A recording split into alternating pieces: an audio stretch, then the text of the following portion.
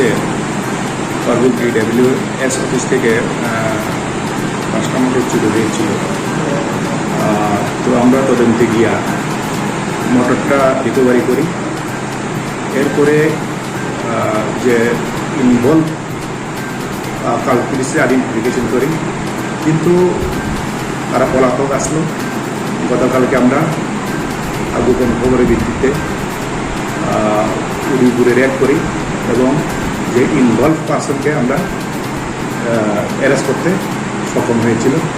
এর নাম হয়েছে পিন্টু দাস, এ উদয়পুরেই বাসিন্দা। আমরা জানতে পেরেছি যে হ্যাঁ অনেক কেসের সঙ্গে যুক্ত আছে। তো আমরা অ্যাকর্ডিংলি আজকে পাঠাইতেছি সেই কেসের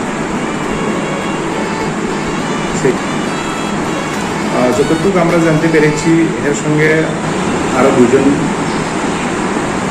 তিনজন আছে এবং আমরা সেটিও কিছু নাম পেয়েছি। আমরা সেটা দেখব তদন্তের মাধ্যমে। আর বাকি যেগুলি পলাতক আসামি তাদেরকেও আমরা করার চেষ্টা করতেছি।